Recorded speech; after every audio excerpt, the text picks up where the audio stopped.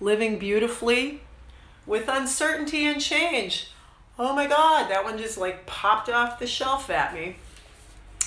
And so I am going to just read a few selections from basically the first chapter. Okay? This is by Pema Chodron, by the way, and I'm pretty sure I butchered that. Living is a form of not being sure, not knowing what's next or how. The moment you know how, you begin to die a little. The artist never entirely knows. We guess. We may be wrong, but we take leap after leap in the dark. Agnes DeMille. As human beings, we share a tendency to scramble for certainty whenever we realize that everything around us is in flux. In difficult times, the stress of trying to find solid ground, something predictable and safe to stand on, seems to intensify. But in truth, the very nature of our existence is forever in flux.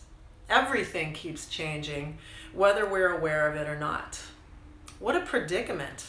We seem doomed to suffer simply because we have a deep-seated fear of how things really are. Our attempts to find lasting pleasure, lasting security, are at odds with the fact that we're part of a dynamic system in which everything and everyone is in process. Whether we're conscious of it or not, the ground is always shifting. Nothing lasts, including us. There are probably very few people who at any given time are consumed with the idea, I'm going to die. But there's plenty of evidence that this thought, this fear, haunts us constantly.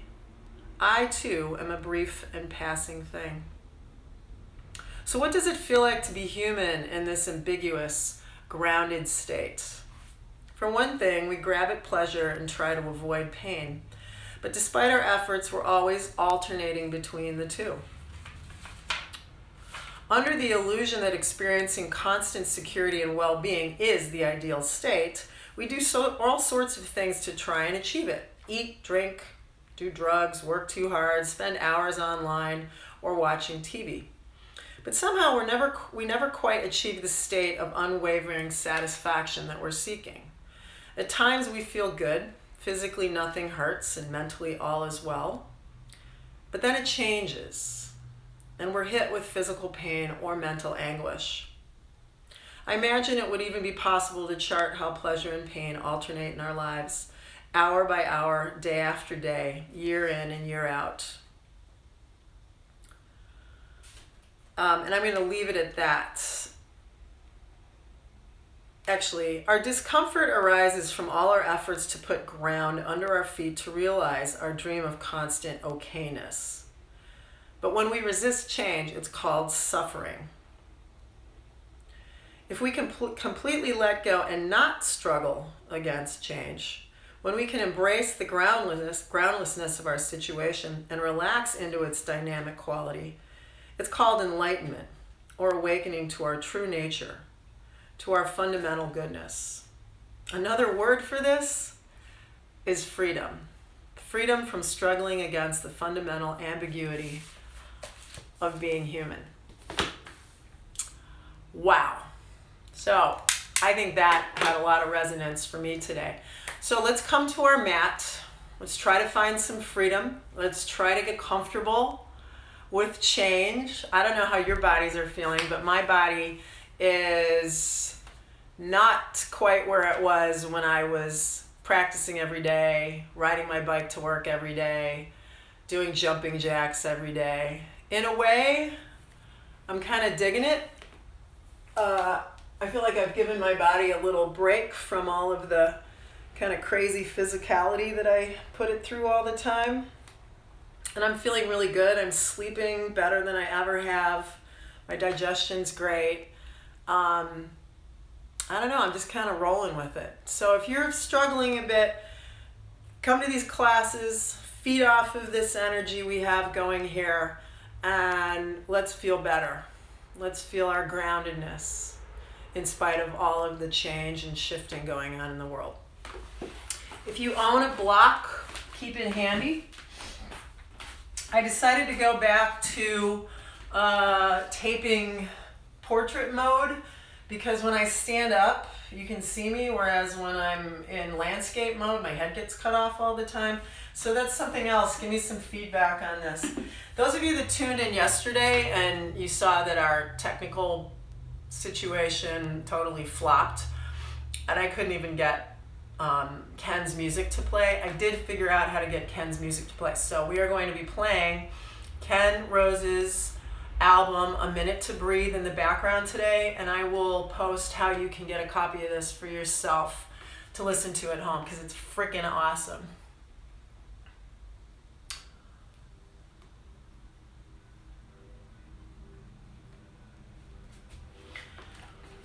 So find a comfortable seat, either sitting with the legs crossed or sitting in a chair if you have one, or even laying on your back. We're going to actually begin today with some pranayama, some conscious breathing, mindful breathing. I always tell my students, yes, we breathe all the time, otherwise we would cease to exist, correct?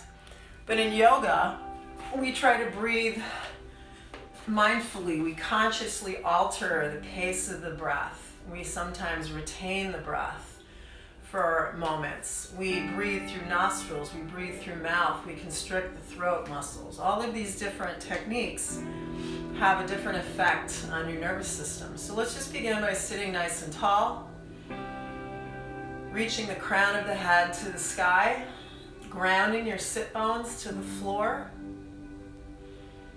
feeling your power. I know sometimes, especially I know people right now are feeling kind of ungrounded and shaky and wobbly and out of balance, but you do have power that you can tap into, and sometimes you just have to be reminded of that. So if it's a physical sensation that will help you feel that power, engage your core, right? Tighten up all the muscles in your back. Zip those muscles up, just like zipping up a zipper on the back of your dress. Exhale and draw navel to spine and feel the potency of that Uddiyana Bandha, that belly lock. Breathe through your nostrils. So what we're going to practice today is a 3-part breath. We're going to treat breath as if it has substance, like pouring liquid into a pitcher. So what you're going to do is, if you need to, place your left hand at your heart and your right hand right about here at your upper abdomen. The 3 parts of your breath are belly, ribs, chest. So the basement, the main floor, and the attic. So I want you to start breathing into the basement first and filling from the bottom up. So belly, ribs, chest. Pause slightly and then empty from the top down.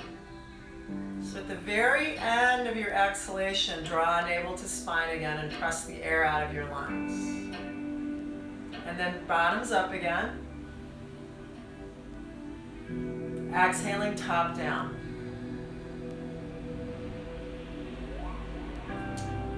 And if you need to, keep your hands where they are. Otherwise, let them rest on your knees and continue breathing this way. Bottom to top as you inhale, and then top down as you exhale. And initially, it might feel as if those 3 areas are very distinct, like layer cake. But then I want you to go ahead and just smooth that breath out. Okay? 3 more breath cycles.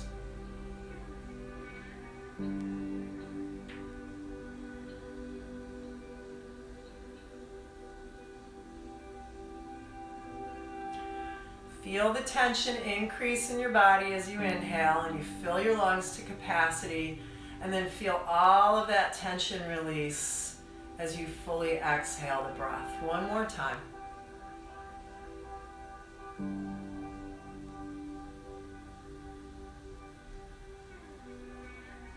And then open your eyes and bring your hands to your heart. So sometimes when we feel unsettled or we feel as if we don't have any control of what's going on in our life, I encourage you to sit and just breathe this way with intention, mindfully directing the breath. And get a sense of control back in your life. Recross your legs. Hold on to the shin bones. Round your back here. Stretch everything out. And then inhale and arch your back.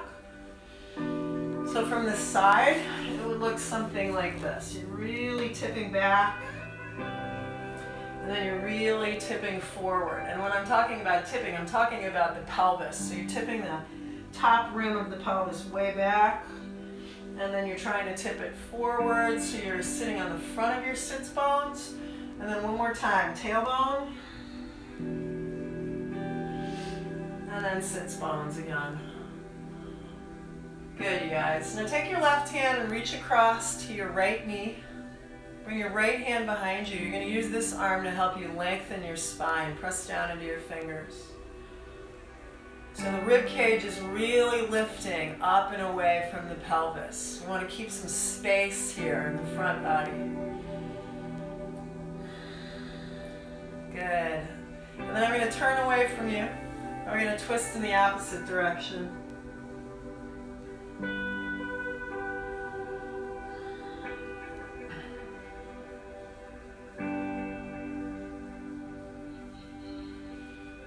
Good, and then round, come on back to center, and then recross the legs once again, so you're back where you started, and just nice and easy, walk your hands forward a little bit at a time, and go as far as you can, and then just let your head hang.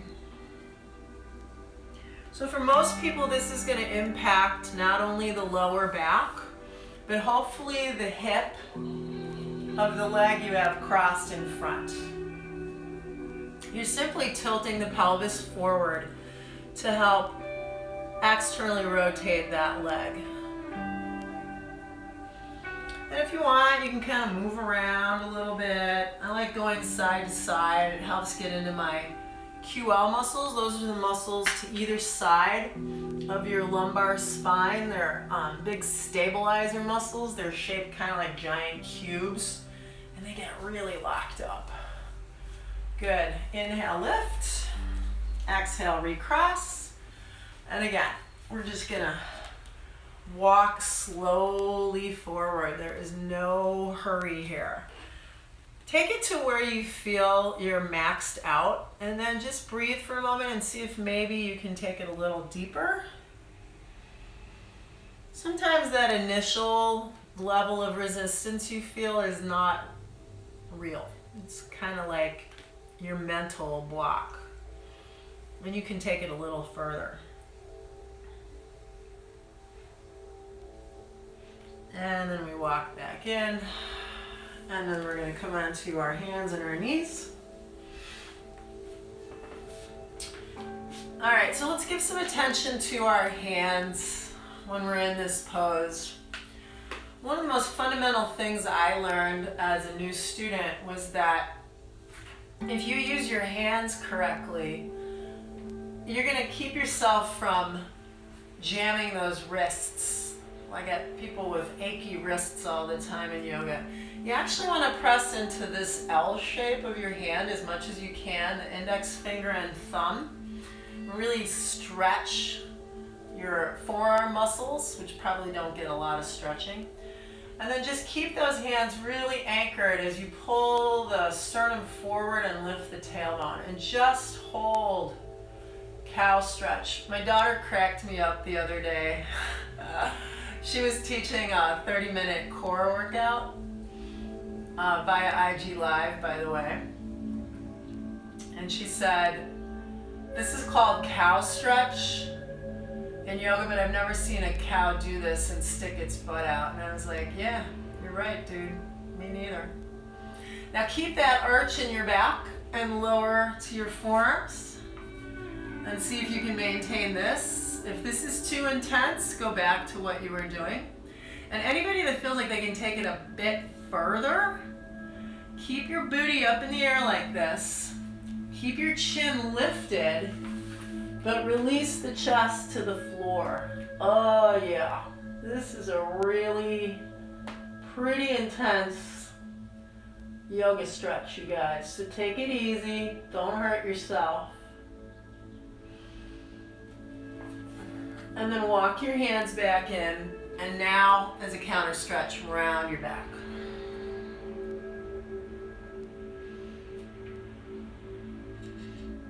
And then with your back rounded, just press your hips to the left and then to the right. So don't let your back arch. You want to keep it rounded, keep pulling your belly in, just shift side to side. Feel how the hips and the low back communicate.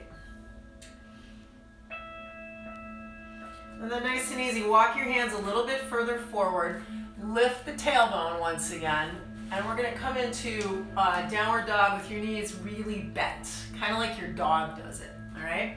So bent knees, heels high, and just really press into the palms. And then very slowly, begin to straighten the legs and lower the heels.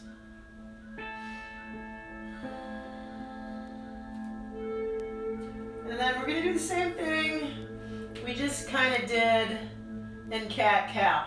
But you're going to try to do it in downward dog. So don't expect much here. You're going to really stick your butt out, bend your knees, and then straighten the legs and pull the navel in and really round your back. And you might even shift forward a little bit. Do that a couple of times, just moving from the pelvis.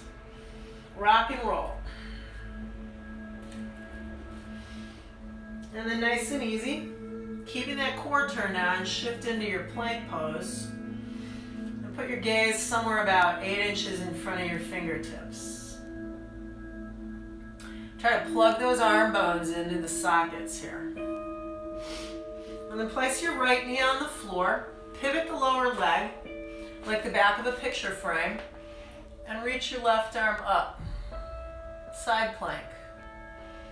Now we're going to do kind of a side body opener side plank here. So instead of trying to be really straight, go ahead and let the arm come overhead. Push your hip to the sky. Yeah? And then nice and slow, move back to your plank. Remember, you can do these planks and side planks on your forearms if you need to, if your wrist starts to get pooped. So this time put your left knee down, pivot the lower left leg, reach up, and then reach over.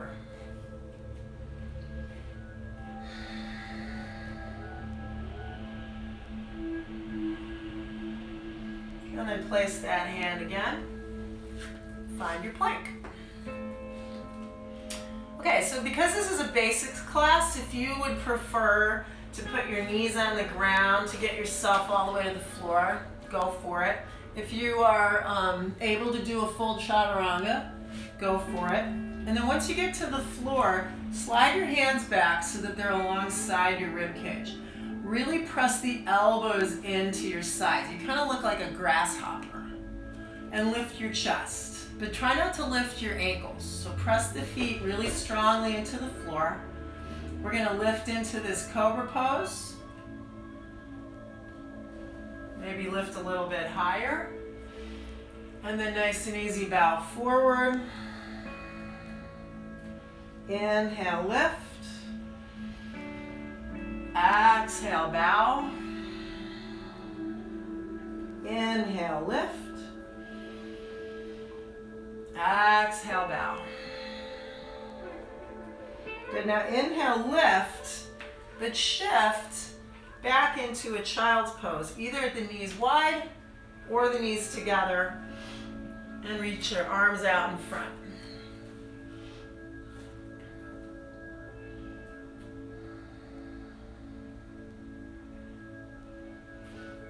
And then pull yourself back up into a all fours position. We're going to step our right foot forward. Come into a low lunge. So those of you that have a block, if it helps you to balance here, by all means, hand goes to the block or blocks. If you don't have a block, just gotta use your fingertips or maybe a book. Glance down at your toes and just notice if you're able to spread your toes evenly here. Exhale, shift into the half splits. pull the toes towards you, and then go ahead and move into that lunge again. And we move back and forth.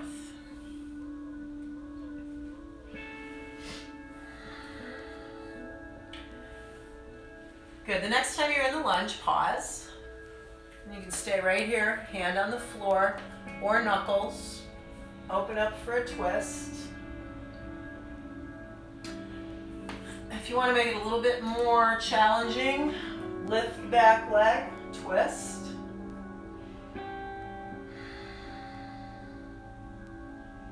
And then we're all going to bring the hands to the inside of that right foot.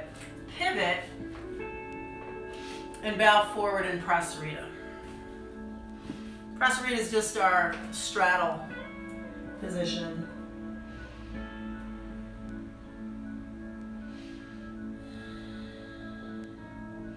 And then nice and easy, you're going to plant that left hand pretty much right under your face. Come into a twist.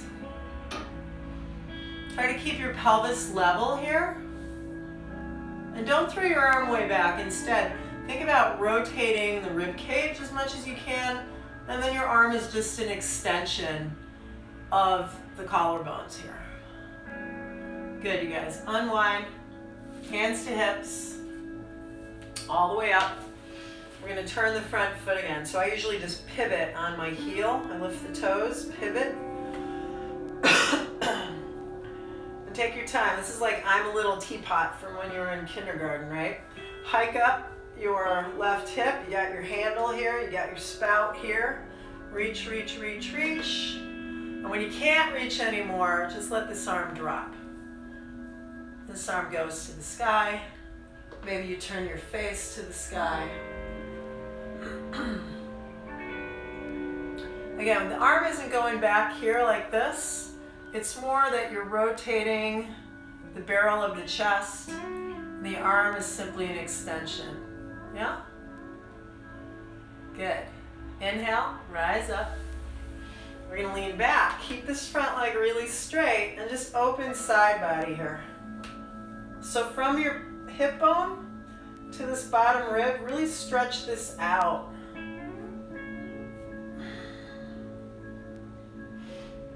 And then keep all that length as you shift, and perhaps take the feet a teeny bit further apart and drop into that warrior two stance. Good. So turn your gaze out over that right hand. Yeah? Go ahead and shrug for a moment so you feel what that feels like. It feels kind of yucky, right? And then drop the collarbones. But keep your arms extended.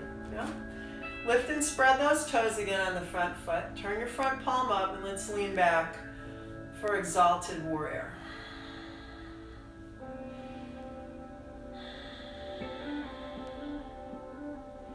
Good. And then nice and easy, we're going to cartwheel the hands to the floor. Pause for a moment, lift your back heel, step back to plank. Release yourself to the floor from your knees or your toes. We're going to hold our cobra pose. So if you're down here, that's fine. If you're a little bit more lifted, that's fine. You guys that are into up dog, go for it. I actually kind of prefer this. This makes me work harder because I have to really engage my rotator cuffs here instead of just hanging from my straight arms. So your choice. Nice and easy, we press back. And you can either do that child's pose once again or stretch straight back to downward facing dog. Now downward dog is such a common posture in almost every yoga practice that I've ever done. But sometimes you can get a little complacent and you're just kind of hanging out, waiting for the next pose. That's a mistake. This pose is infinitely interesting. And there's always something going on that you can focus on. It could be how you're engaging your hands, or you're turning your inner elbows forward. Are you pulling the collarbones away from your ears? Is your lower back super rounded because you're forcing the legs to be straight? What if you bent your knees and tipped the pelvis back to neutral? Just saying. Bring your knees to the floor again. Step your left foot forward. Come into your low lunge. You can either keep your hands on the floor, or you can bring them to your thigh, or you can even reach your arms up, all right? Whatever you're in the mood for today. We didn't do it this way last time. It's your choice. I'm going to stay down low. And then we move into our twist again, opening it up. Just like last time, you can turn the toes under back there and lift the back knee. Again, glance down at your left foot. Make sure every once in a while you're capable of spreading your toes, right? Gives you a much more wide base of support. Awesome, you guys. Go ahead and bring both hands to the inside of that foot. And we're going to spin around and come into Prasarita and fold forward again. If there's a different variation that you like to do, I really love clasping hands behind my back. This feels like a really good chest opener. And then we do our twist again. Right arm down, left arm up. Pelvis is level if possible.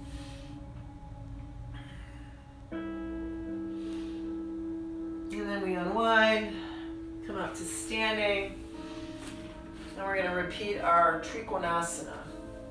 So this foot is pointing straight ahead. Your knee's going out over your second and third toe. We're going to do our little I'm a little teapot thing again. Here's your handle. Here's your spout. Big reach.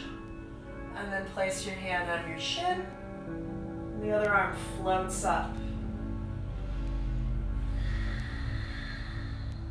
So remember, all of these yoga poses are a balance of effort and ease. So if you get into the pose and all you're feeling is effort, right? You're just grinding your teeth, you're shaking, you're holding your muscles, all of them in tension. You're kind of missing out. Like, try to find some little pocket of ease as you drift into your Warrior Two stance. You know, soften the muscles in your face, for example. Relax your hands. That doesn't mean they're like this, right? They're just relaxed as you reach. Now there's no ease in the lower body really, right? The legs are really active, the core is active. Lean back, exalted. Just make sure you're not clawing the mat with your toes here. Good, you guys. And then cartwheel. Step back, gaze forward. You don't have to watch your foot step back. You know how to do that. Chaturanga. And then we pause once again in our back bend. So, if you're just feeling this in the low back, do me a favor and pull navel to spine. Relax your glutes. Yeah? And then try to get the upper back involved. One more breath. And then either a child's pose or once again, downward facing dog. Nice big stretch.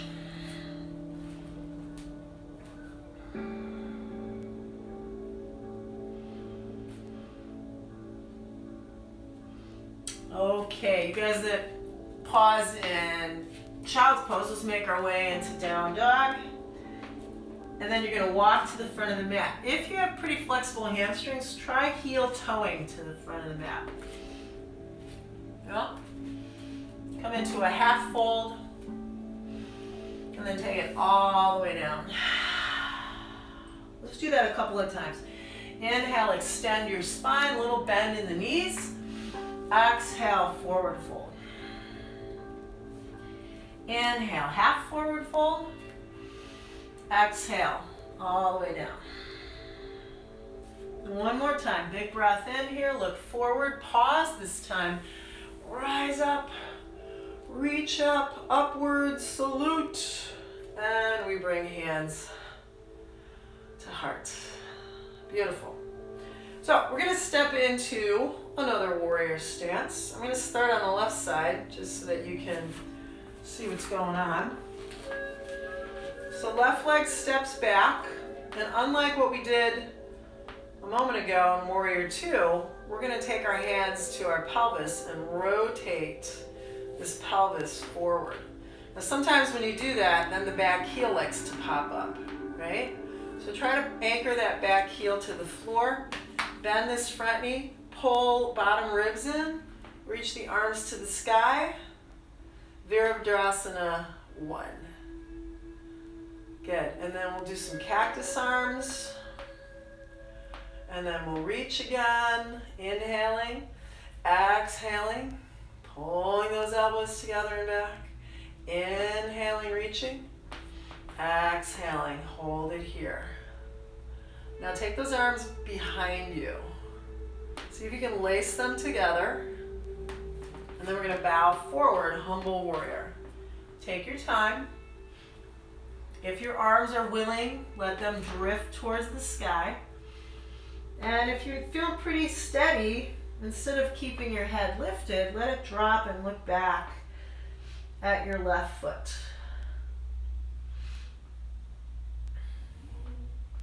Good. And then rise up again. Straighten the front leg this time. And you can do a couple of different things here. You can either keep your hands on your hips and fold forward, or you can bring the fingers to the floor. That's assuming you can reach the floor, right? So this is pyramid pose. Now some of y'all might feel like your feet are a little too far apart, so you can pop that back foot in, just bow forward.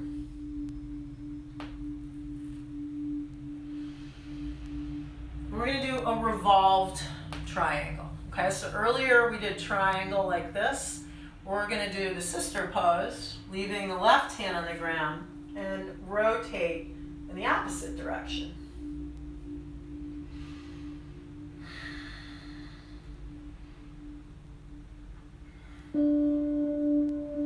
Yeah? And then nice and easy, we come out of that posture. We step forward. I'm actually kind of moving back just so I'm in the frame again. We'll take a full inhalation breath here. Actually, let's hold our monkey pose for a moment. Lift and spread those toes again. Lengthen and traction the spine like a telescope, right? I don't actually own a telescope, but you've seen somebody open a telescope before, right? And then bow forward. Inhale, push into your legs to rise up to standing. Hands to heart, Tadasana. All right, so now we step the right foot back, yeah? Take your own hands to your hips. You're gonna have to do some DIY adjustments, okay? You don't have a physical human in the room to help you get adjusted. You gotta do it yourself, right? All right, you can handle this. So the back leg is gonna try to stay straight, heel anchored, as you push this right hip forward, which is really challenging for some of us, me included. Take a big breath in, reach up, exhale, pull the elbows together behind you. Inhale, reach, exhale. Feel those strong upper back muscles. Those are the muscles we need to wake up again to help us stand tall. And then bring those elbows down, hands behind the back. 1, 2, 3, bow, humble warrior.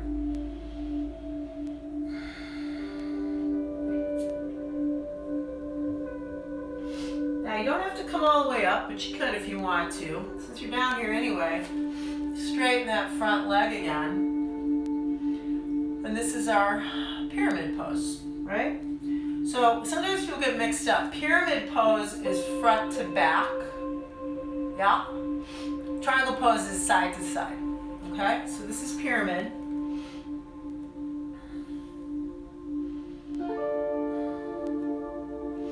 We're gonna take a breath. Put the right hand on the floor, just right next to your left foot, okay?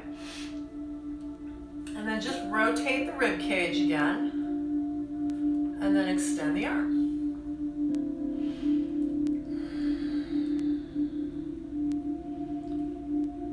Good. And then unwind. Step your feet together.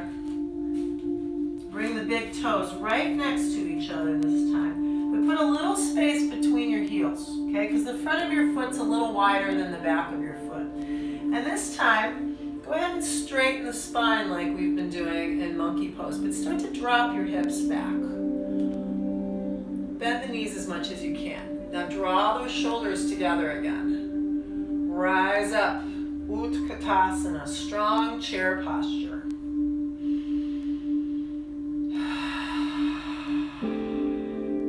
Good, we're gonna do a twisted chair. Now you can either put your fingers on the floor with your knees bent. This is fine, right? But maybe deepen the twist this time around. Bring your elbow to the outside of your thigh and press your palms together.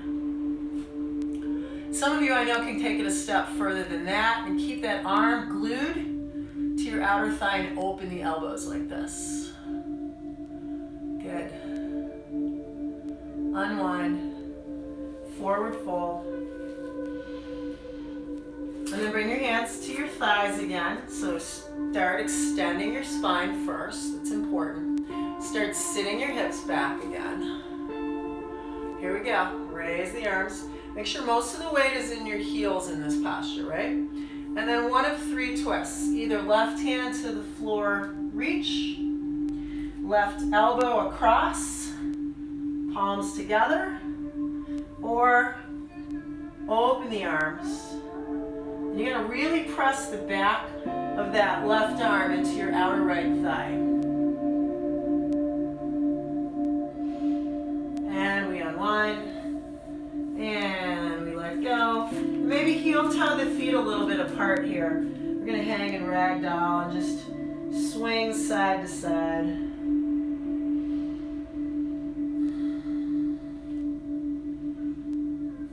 And then make your way all the way up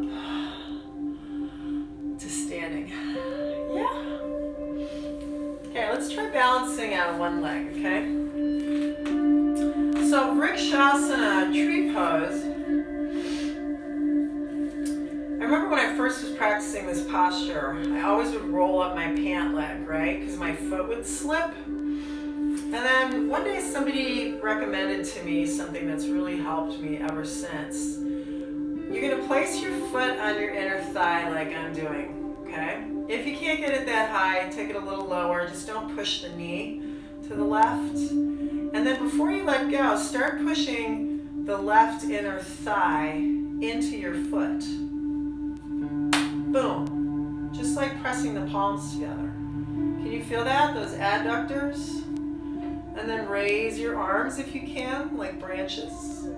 I took a walk yesterday in the sunshine, and everything's in bloom. The magnolia trees, there's buds and color everywhere. It was just reminded me that no matter what else is going on in the world, nature still is on its little schedule, right? It's springtime. Good, you guys. Bring your hands to your heart again. Place your foot on the floor. And we'll build our tree on the second side. Keep in mind that Tadasana remains intact, right? So the alignment that you establish standing in mountain pose, we retain that even as we move this leg into this strange position. Press your inner right thigh strongly into your left foot. And once again, raise your arms, or not. You can keep your hands on your hips. Keep your hands at your heart. Root down into the bottom of your right foot very strongly. Like push that foot into the floor. Imagine roots coming out of the bottom of your foot to ground you, just like the roots of a tree. And then hands to heart. Feet side by side. Let's go ahead and flip the ankle, crack the toes maybe. Flip the other ankle, crack the toes. Good, you guys. We're going to make our way back to the mat. I'm going to have you lay down. and come into a bridge posture. Now, those of you, like I said at the beginning, if you've graduated from bridge and you want to do wheel, be my guest. The sequence we're going to do here is we're going to do bridge pose.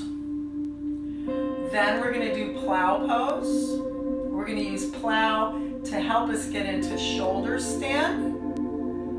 We'll come back to plow, back to laying on our back, and then the counter pose for the shoulder stand is going to be fish. So actually I'm going to flip around. I think it might make more sense this way. Go ahead and lay back. Put your feet directly underneath your knees. Try to get the toes pointing straight ahead as best as you can. And your feet are about hip distance apart. Keep in mind the hips, when I talk about them, are in the front here, these bony landmarks, not out here. Arms are at your sides. You're going to take a deep breath here in through the nose. Exhale, lift. Now really drive those feet down into the floor. Perhaps lift and spread the toes again. That helps to engage all of the leg muscles.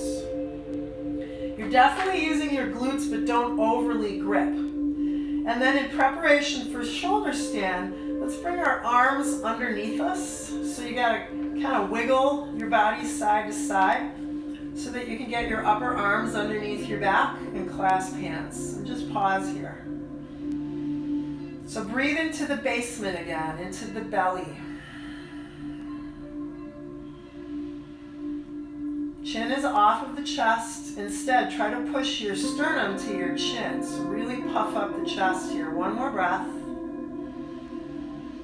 And then we need to release the arms first, and then release the spine. Yeah? So if you need a little forward fold before you go into plow, just pull the knees in, roll around a little. Now, I use plow as a way to get myself into shoulder stand. If you have a different approach, do your thing. Otherwise, you're taking your legs up and over. We do that little scoochy scooch thing, squeezing the shoulder blades together. And then place your hands on your back for support. Again, kind of like that picture frame analogy. So you're really balancing on your upper arms, base of the skull, legs are up to the sky. And maybe once again, spread all those toes. Just fan them out. And reach the balls of your feet to the ceiling rather than the heels. Right? So you're flointing your feet, yeah? When you're ready, take your legs over your head again. Pause. Release the arms to help catch you as you bring your hips back to the floor. Awesome, you guys. Bring your feet to the floor. Let's see, am I in the frame? Yeah. All right, so fish pose is a counter pose for your neck. If you think about it, when you're in shoulder stand, you're really straining the back of the neck and pulling the chest, the chin to the chest. So when you do fish, you pull your head in the opposite direction. So what you do is you press down into your forearms, you lift your chest nice and high, you really crank the back of the neck, open your throat, and see if you can balance the top of your head on the floor. So you're looking at the wall behind you. Squeeze the shoulder blades together again. Take one more breath here. And slide the back of your head down on the floor. Good. Let's bring the knees in again. We're going to move into a twist now. So take your arms out to the side. What I'm going to have you do is extend your right leg. Keep your left leg bent. Now before you twist your left leg to the right, pick your hips up, swing them over to the left a couple of inches, and then rotate. I feel like that little hip scooch helps to lengthen the lower back and puts you into a more comfortable position. Ooh, and I just cracked my back. Were you able to crack your back? If so, yay for you, right? Make sure you're really extending that left arm out to the side. Get into your pecs a little bit. And then nice and easy, we will unwind our backs. Since you kind of moved your hips off center, put them back in the middle. Just switch your legs. So now our left leg is going to be straight, right leg bent, arms out to the side. Before you twist left, pick your hips up, move them over to the right a few inches, and then twist left. So this arm is really extended, palm up. You want to open all of this up. Sometimes I encourage my students to do a little self-massage here. You have a lot of lymph nodes here, and things get really congested sometimes. This isn't super comfortable, I won't lie to you, but it's kind of good, right? Get into the armpit a little bit, into the joint, yeah? And then on your next breath, unwind your body once again. And one of two things you can do here. You can just pull the knees in, or if you prefer, either hold ankles or feet. This is called the happy baby pose.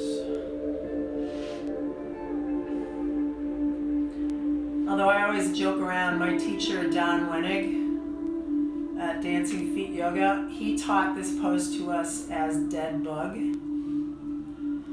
And then, I don't know, years later, somebody called it blissful baby, and I was just like, wow, that is polar opposite. So if you're feeling like a dead bug today, no judgment. If you're feeling like a happy baby, awesome. Let's make our way back up to sitting, okay? Now, anybody that has a knee injury or a knee that just doesn't like pigeon pose, I'll show you a variation, a seated variation. Those of you that are fine with this posture, we're going to bring the left knee out front. The angle of this shin bone may be parallel to the front of the mat. It is not in my body. My leg usually looks like the number 7. So once you get that leg into position, the knee is all the way over here, the foot's always all the way over here, scoot the other leg straight back. Those of you with a block, if it's helpful, place it underneath your left sit bone. So that's all blocks do for you. If you can't get your body to the floor, the blocks bring the floor to your body. Yeah? And then you're going to just start to ease your way down onto either the forearms, or if you prefer, take your full body weight here. Go back to the very beginning of the practice, back to that 3-part breath.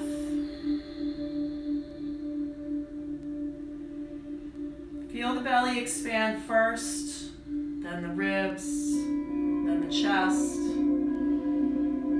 and then reverse that. And as you reverse the breath and you exhale fully, see if you can sink a little bit deeper into the pose.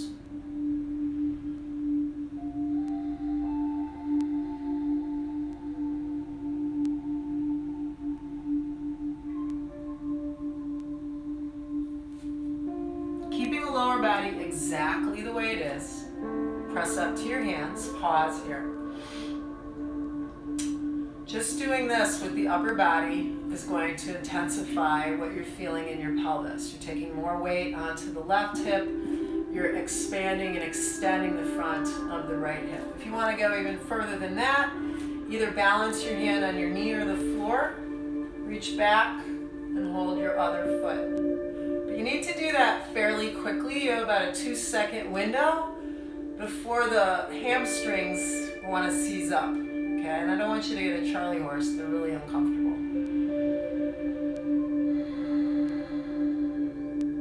Okay, so you can do one of two things. You can either press back to down dog and switch, or you can just swing the back leg around to the front. And I apologize, I forgot to show you the option. Hopefully you guys already know this. If you can't do pigeon, you can just do a figure 4, okay? And cross the ankle above the thigh and pull the thigh towards you. Otherwise, we're going to repeat the same shape on the other side. And again, sitting on something might be just the ticket if you're having a hard time in this pose. The other thing you can do is you can pad that back knee, put a pillow there, a rolled up towel, and then take your body weight forward. But you know, it's really tempting to slump into this pose if at all possible. Try to keep pulling the chest forward somewhat.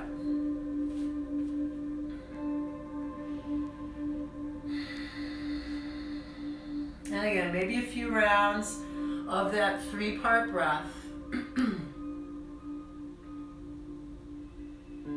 Just to help you slow the breathing, help you take a complete breath, and most importantly, help you tap into that relaxation response.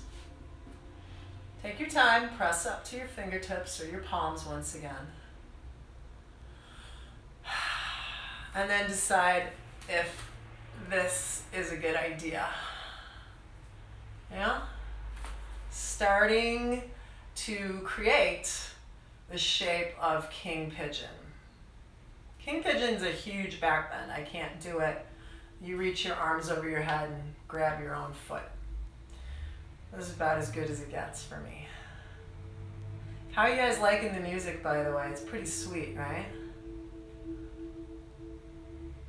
Okay, so once again, find your way out of the pose. Come back to where we began the practice, sitting with our legs crossed. I'm going to scooch a little bit closer to you. Sit nice and tall. We're going to raise the arms to the sky again. Then we're going to go back to that very first twist that we did. Just checking in, seeing if you have a little bit more space.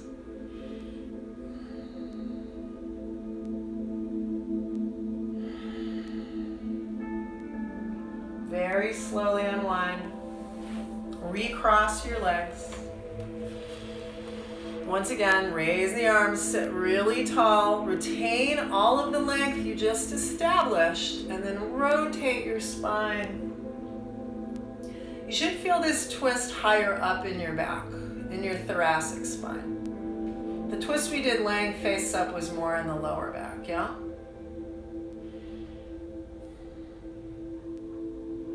And then back to center. And just nice and easy to finish. Tip your head over to the right. Take your left hand very lightly to the left side of your head. And then this left arm, just reach to the floor. Don't pull or yank, just encourage. Yeah, slide your hand to your right temple and press your head up. We'll go the other way. So left ear, left shoulder, left hand to the right side of your head. And then just to keep the shoulder from bunching up, reach down.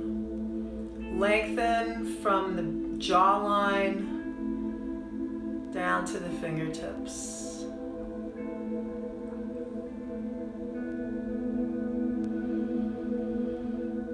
And then slide this hand to the other side of your head and press up.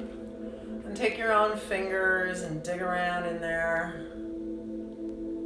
Yeah, try to release some of the tension that I know you're holding. We all are, in spite of our best efforts. Good, you guys. And then just bring your hands to your heart once again. I want to thank you for tuning in. I have people that are coming to class on a daily basis. I have people that maybe today was the first time they were joining. I'm going to continue to offer these classes. I'm going to try to give you what you need. Let me know what you need. And know that the energy that I'm putting out to you is bouncing right back to me when I see the little hearts go up on the screen and your little hand waves, and you DM me after class to say thank you. I want to thank you. So have a wonderful day. Remember, you can repeat this practice anytime in the next 24 hours. It's going to be live. And I also have a YouTube channel, Yoga Maria.